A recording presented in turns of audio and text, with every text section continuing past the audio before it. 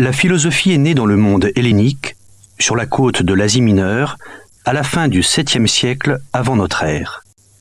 À la suite de l'invasion de l'Ionie par les Perses, l'école de Milet, dont Thalès fut le fondateur, est remplacée par de nouveaux centres intellectuels situés en Italie du Sud et en Sicile.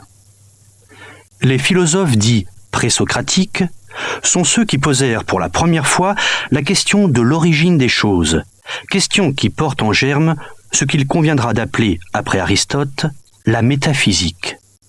Il ne nous reste d'eux que des fragments ou des œuvres incomplètes, et l'essentiel de ce que nous en connaissons provient de leurs commentateurs.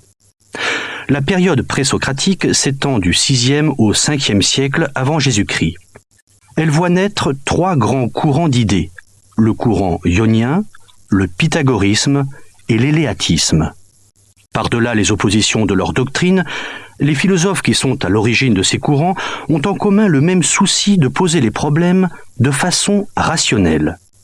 Dans leur manière d'interroger le monde, ils cherchent avant tout à connaître la nature, physis, de la substance première afin de tout expliquer.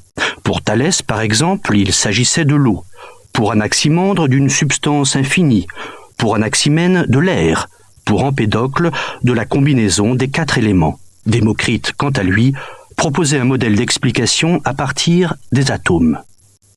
Ce foisonnement de réponses, parfois étonnantes, va de pair avec des préoccupations beaucoup plus techniques et pratiques. En effet, ces premiers savants, sophoïs, ignoraient la distinction que nous établissons aujourd'hui entre les différents domaines d'application du savoir.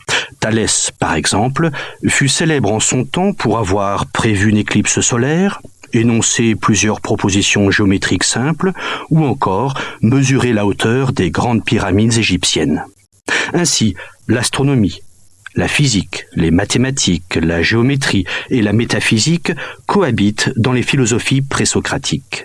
Cette curiosité sans limite donne lieu à un foisonnement d'explications du cosmos auxquelles les philosophes ultérieurs auront souvent recours.